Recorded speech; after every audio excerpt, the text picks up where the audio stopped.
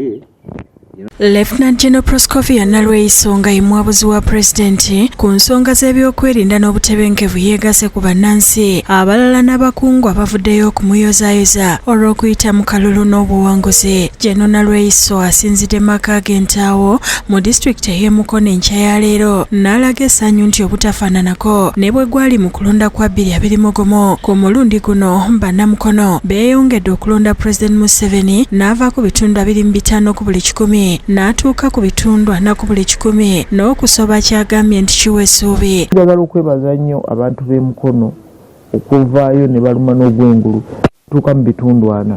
Mbadde nsaba nti okisanja ekiriddako tweyongereko tutuuke mu bitundu 7 kubanga tumaze okulaba nti ne bwe tumaze okulaba nti bino byonna byonna ebyokutiisatiisa tulina okubigumira ne tugenda senga naffe twatya nga tugenda mu lutalo bino byonna tebyandibaddewo. Asuubiza nti Katonda ng'akyamuwadde obulamu wa kulwanyisa abayisa abafera b'erimbika mu linnya lya President Museveni ne State House okutulugunya abantu n'okubabbako ettaka lyabwe.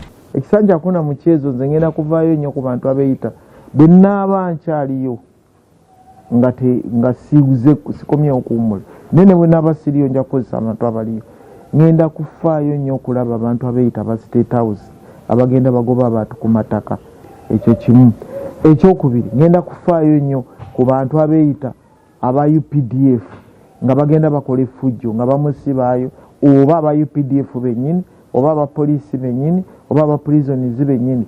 Ngenda kukozesa abakulu abatwala ebitongole ebyo okuba lipootingira ensonga.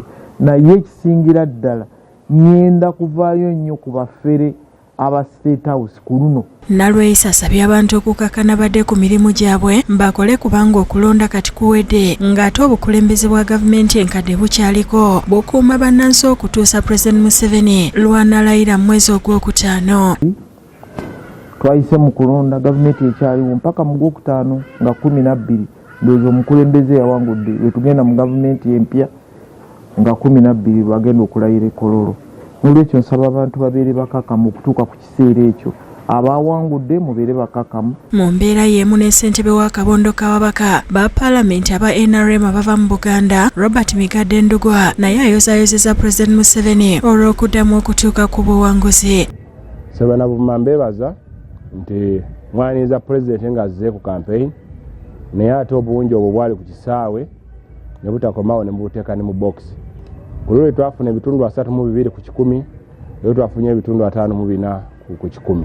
Neso obuvuma twalinnye bwe buba bubonero twalinnye. Migadde ategeezezza nti nga bayita mu nteekateeka yaabwe eya Buganda ku Museveni baatalaga disitulikiti zonna nga bagenda bakola ku bizibu by'abantu. Agamba nti wadde nga baali basuubira ababaka ba paalamenti aba NRM 75 okuva mu Buganda era kiri yaddeko kuba bafunye 6 ate ne wabaawo bannaabwe abeesimbawo obwannamnikina nga kyawuse ku mulundi ogwayita lwe baafuna ababaka 29 bokka.